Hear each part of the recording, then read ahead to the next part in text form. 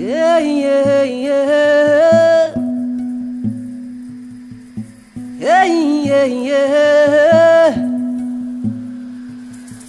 Yeah, yeah, yeah.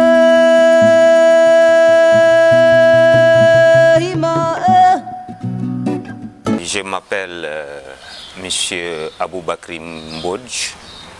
Je suis le secrétaire général de la Rencontre africaine pour la défense des droits de l'homme, RADDHO, ONG basée au Sénégal.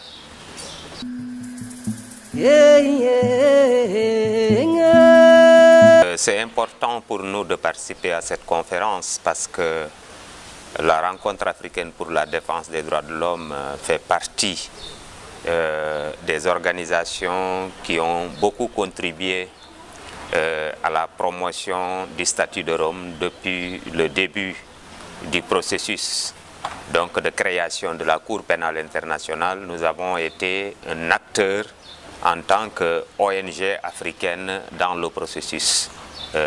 Nous avons également abrité à Dakar la conférence régionale africaine donc, pour la Cour pénale internationale. C'est la rencontre africaine pour la défense des droits de l'homme avec l'Union interafricaine des droits de l'homme dont elle est membre, qui était basée à Ouagadougou au Burkina Faso, qui avait organisé cette conférence pour effectivement faire connaître à la communauté africaine le processus mis en place par la communauté internationale dans le but de créer la Cour pénale internationale. Et depuis lors, nous sommes membres également de la coalition africaine pour la Cour pénale internationale. Et en plus de cela également, nous travaillons au niveau des mécanismes africains où nous avons été également initiateurs de la mise en place de la coalition pour l'effectivité de la Cour africaine des droits de l'homme et des peuples. Pour toutes ces raisons, c'est une conférence donc qui entre dans le cadre de notre mission, de notre vision par rapport aujourd'hui à la vulgarisation même des instruments et des mécanismes juridiques tels que la Cour pénale internationale et les autres mécanismes africains.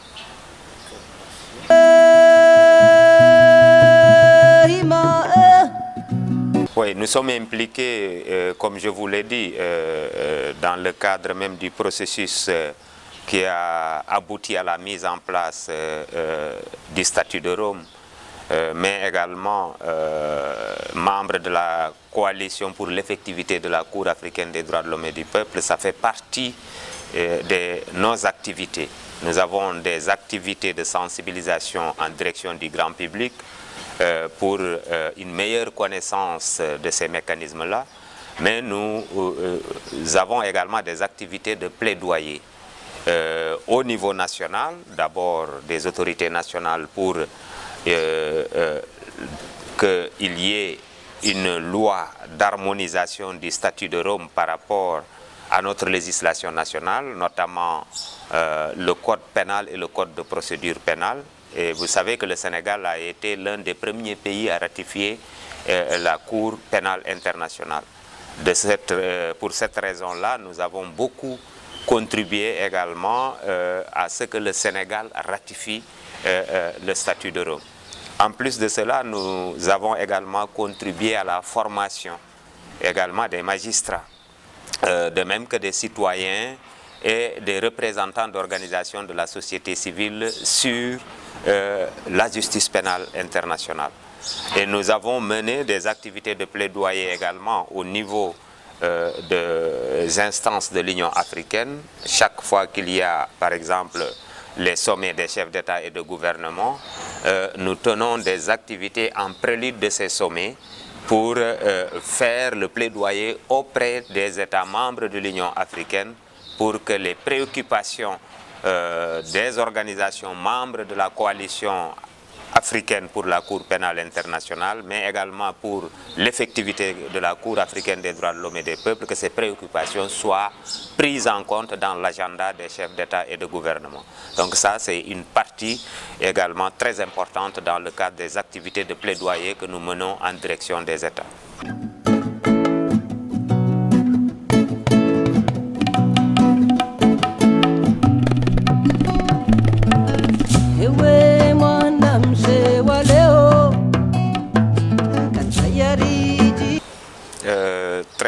pense que de façon très pratique, ce que nous faisons comme travail avec les citoyens, c'est surtout de les sensibiliser sur l'importance de la mise en place de ces mécanismes pour lutter contre l'impunité.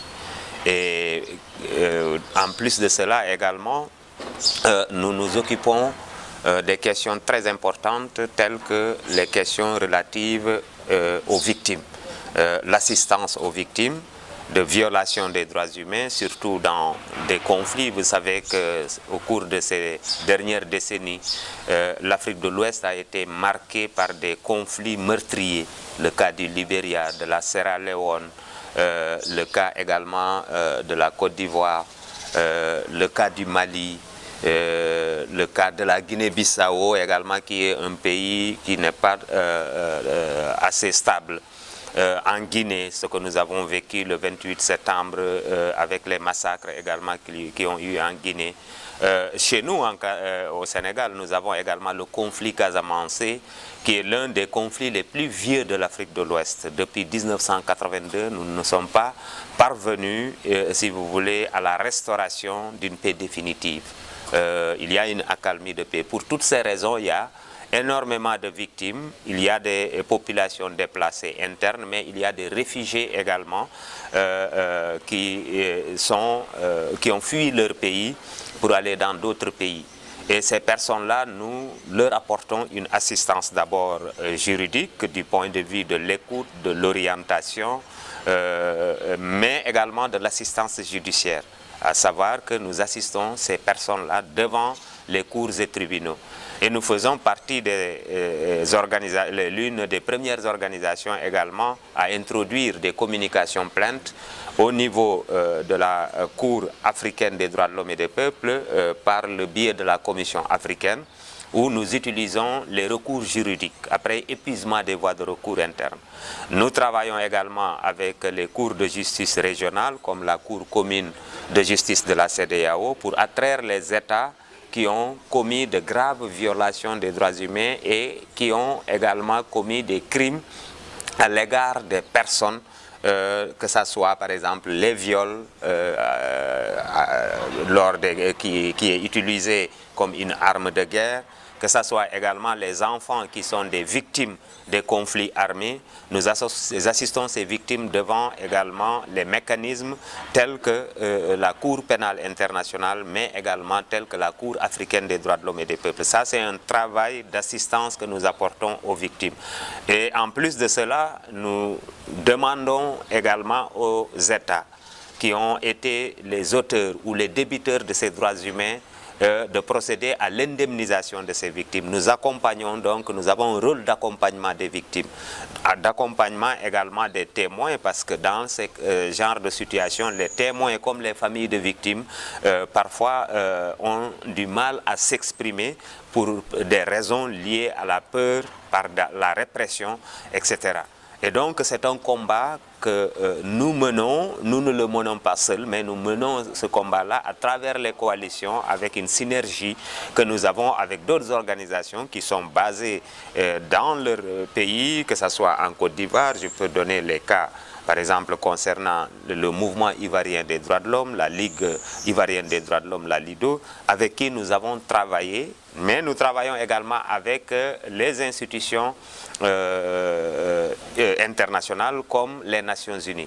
Nous participons aux conférences, par exemple, sur la réparation des victimes et tout ce qu'il y a eu également comme mécanismes qui ont été mis en place, tels que les commissions de paix, vérité et réconciliation dans le cadre de la justice transitionnelle. Donc vous voyez que pour toutes ces raisons-là, nous nous impliquons des cas pratiques pour l'accès des victimes à la justice et pour lutter contre l'impunité.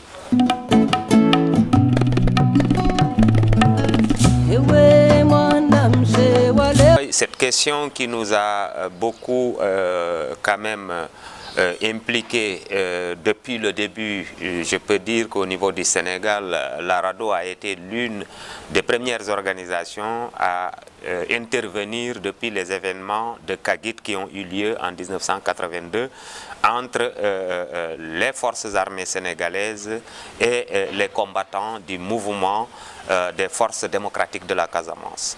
Nous avons travaillé sur ce conflit d'abord pour assurer la surveillance des droits humains au niveau de la région, mais mieux, nous avons également travaillé avec d'autres organisations comme Amnesty International pour mener des enquêtes sur les graves violations qui ont été perpétrées et de traduire également les auteurs devant la justice. Nous avons également contribué au processus des négociations, parce qu'il y a eu plusieurs négociations, il y a eu 3 ou 4 accords de cessez-le-feu qui n'ont pas été suivis d'effet. Le dernier accord de cessez-le-feu date du 31 décembre 2004 et la RADDHO fait partie de la commission de désarmement, démobilisation et réinsertion sociale avec le CICR, mais cette commission, quand elle a pu travailler pour le déminage avec Handicap International, nous avons également assisté les réfugiés qui étaient soit en Gambie ou en Guinée-Bissau pour le retour après cette accalmie de paix. Nous avons même contribué à la restauration des maisons qui étaient détruites par le biais des financements de nos partenaires comme l'USAID, Catholic Relief Service.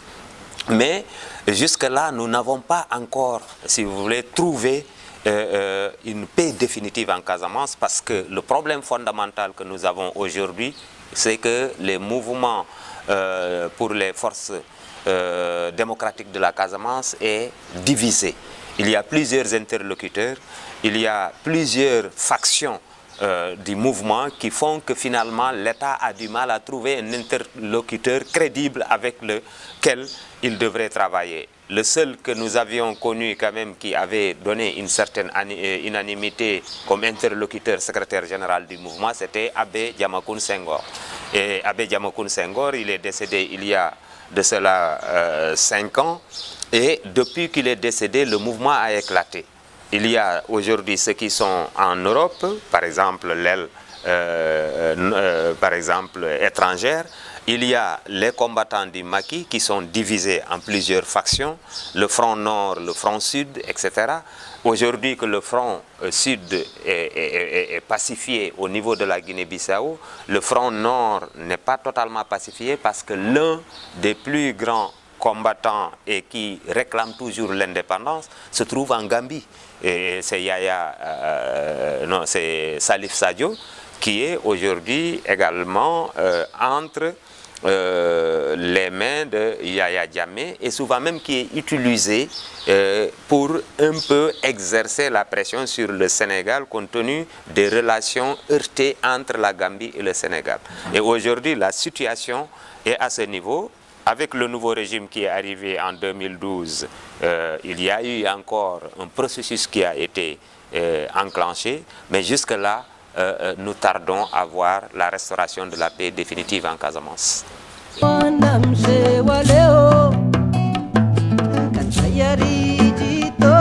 le cadre de ce dossier, nous avons connu d'abord des disparitions de personnes, y compris même des victimes françaises qui ont disparu en Casamance. Et jusqu'à présent, la lumière n'a pas été faite sur ces victimes-là. Et nous recevons de temps en temps les familles de victimes qui réclament toujours justice. D'autre part, il y a eu également des crimes qui ont été commis.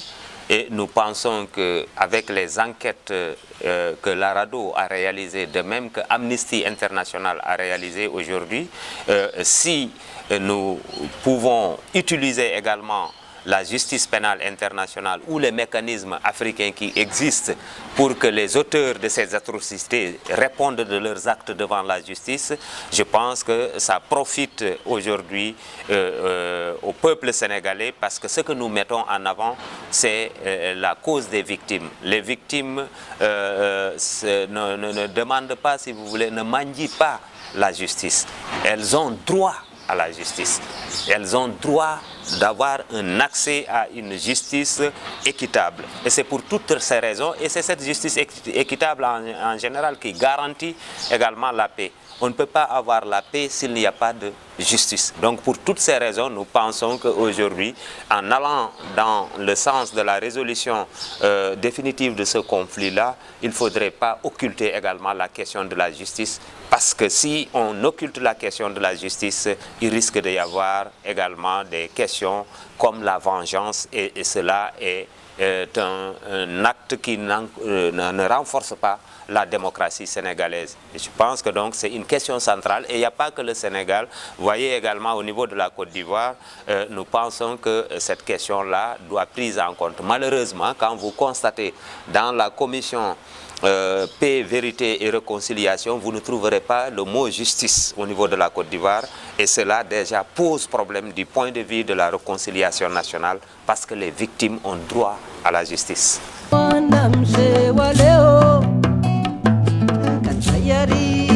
Vous savez, c'est là aujourd'hui le grand travail que nous devons mener. Parfois, la justice pénale internationale, compte tenu de la lenteur des procédures et compte tenu également, surtout en ce qui concerne la Cour pénale internationale, parfois les problèmes d'indemnisation, de réparation, on ne perçoit pas tellement, si vous voulez, l'impact que cette justice internationale peut avoir sur la vie des citoyens.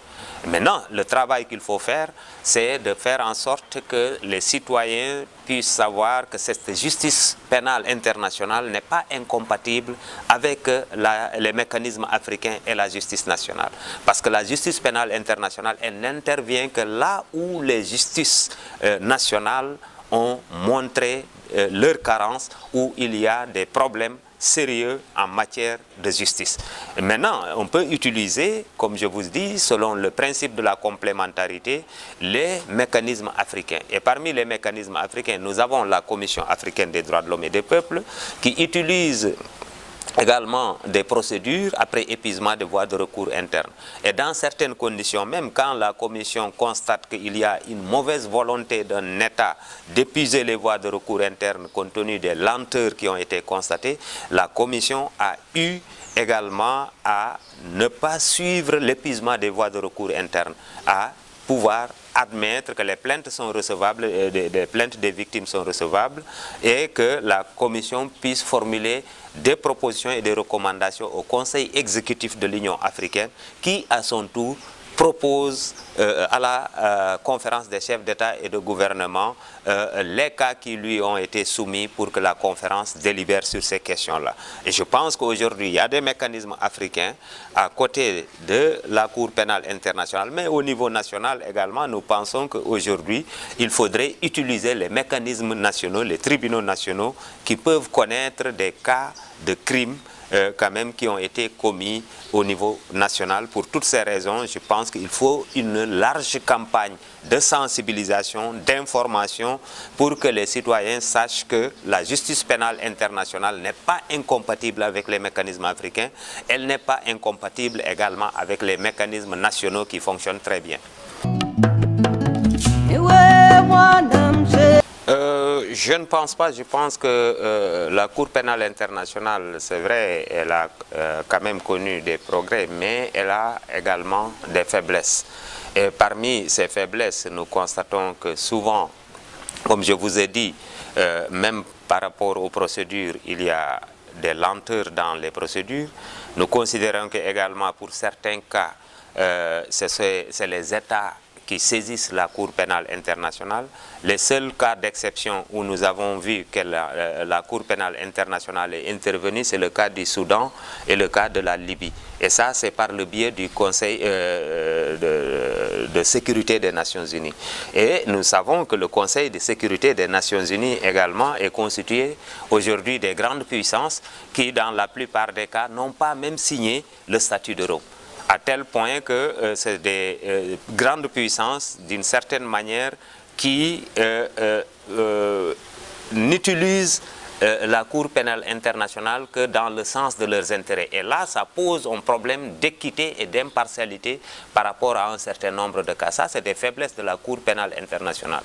Les autres faiblesses que nous décelons également, c'est que dans les procédures utilisées, parfois, nous avons déploré non seulement la lenteur, mais également des insuffisances liées au mode d'investigation de la Cour pénale internationale. Pour toutes ces raisons, aujourd'hui, on a tendance même à dire que la Cour pénale internationale ne poursuit que des Africains. Alors que si on regarde très bien les choses, ce sont les États africains qui ont saisi la Cour pénale internationale. Ce n'est pas des citoyens, ce sont les États même qui ont saisi la Cour. Aujourd'hui, que certains de ces dirigeants sont épinglés par leur gouvernance et par des violations graves, ils veulent se rétracter pour essayer de, si vous voulez, dénigrer la Cour pénale internationale. Nous pensons que ce n'est pas là le vrai problème. C'est-à-dire que si les Africains aujourd'hui ne veulent pas aussi aller vers la Cour pénale internationale, il faut qu'ils mettent en place des juridictions africaines qui peuvent juger les chefs d'État africains sur leur propre sol. Et nous pensons qu'aujourd'hui, ce qui s'ouvre avec le procès de Hissène Habré au Sénégal, parce que le Sénégal s'est doté d'une loi à compétence universelle, qui a été complétée par l'accord signé entre l'Union africaine et le Sénégal, et c'est la première fois qu'on juge un président d'un État africain dans un autre État africain.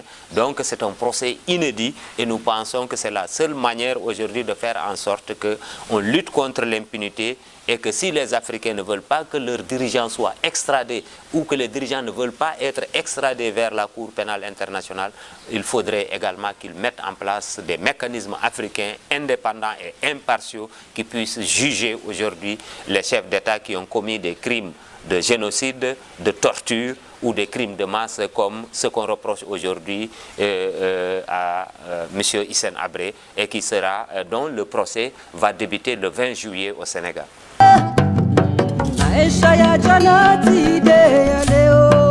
Au niveau du Sénégal, nous n'avons pas travaillé sur cette justice transitionnelle, d'autant plus que nous n'avons pas connu les mêmes conflits d'ampleur comme ce qui s'est passé dans certains pays, la guerre civile, mais également où on a assisté à un affaissement des institutions.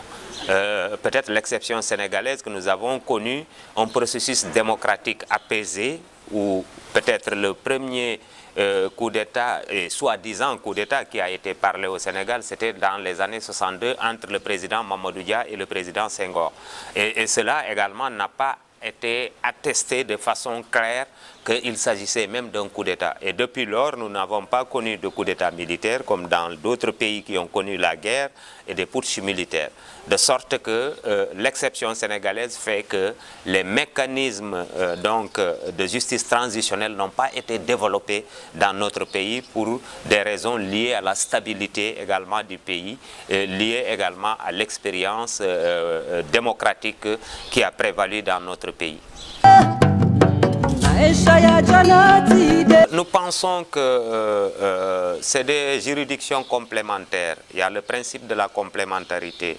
Aujourd'hui, que les chefs d'État et de gouvernement africains veulent mettre en place une cour africaine, d'ailleurs, qu'ils appellent maintenant, avec le protocole de Malabo, qui a été adopté récemment, une cour de justice et des droits de l'homme, ça peut nous rassurer que maintenant, avec ce qui s'ouvre également avec l'accord entre l'Union africaine et le Sénégal sur les chambres africaines extraordinaires, que nous pourrons juger nos dirigeants chez nous. Et ce serait souhaitable, effectivement, que les Africains puissent disposer de juridictions ayant des compétences pouvant les amener à juger les dirigeants africains qui ont commis des crimes graves sur le sol africain. Il y va même de la souveraineté de notre continent. Et nous pensons que c'est une initiative heureuse et que nous soutenons, et nous allons faire également un travail de la même manière que nous faisons la promotion de la Cour pénale internationale, nous faisons la promotion des mécanismes africains tels que la Cour africaine de justice et des droits de l'homme. Mais nos seules inquiétudes, c'est que dans le cadre également du protocole de Maputo, il y a certes élargissement des compétences de la Cour africaine de justice et des droits de l'homme, mais nous avons eu quelques inquiétudes par rapport à la modification de certaines dispositions qui indiquent que certains chefs d'État, tant qu'ils seront, par exemple, en exercice, ils doivent bénéficier de l'immunité. Certes, il y a des dispositions également dans le protocole qui nous permettent aujourd'hui d'utiliser également ces dispositions-là, même au cas où, par exemple, certains leaders ou bien certains gouvernants veulent, par exemple, changer leur constitution pour se maintenir au pouvoir, nous pouvons utiliser ces dispositions pour les contraindre à ne pas, par exemple, violer les constitutions nationales. Et ça, déjà, c'est un progrès. Et nous avons vu qu'aujourd'hui, ces dispositions-là sont relatives également à la Charte africaine de la démocratie, des élections et de la gouvernance, qui est un instrument novateur qui nous permet aujourd'hui aussi de contrecarrer un peu les vicissitudes ou bien certaines dispositions que les chefs d'État et de gouvernement veulent imposer pour échapper, si vous voulez, bénéficier de l'impunité. Et comme nous luttons contre l'impunité, notre travail va consister également à faire en sorte que les citoyens soient plus exigeants vis-à-vis de leurs dirigeants pour qu'ils rendent compte de leurs actes et qu'ils rendent compte également de leur gouvernance dans la transparence et dans la redevabilité. Ewe mwana mzee wa leo, mbache unagona ketosha holo. Ewe mwana mzee wa dunia, azizo fanyangi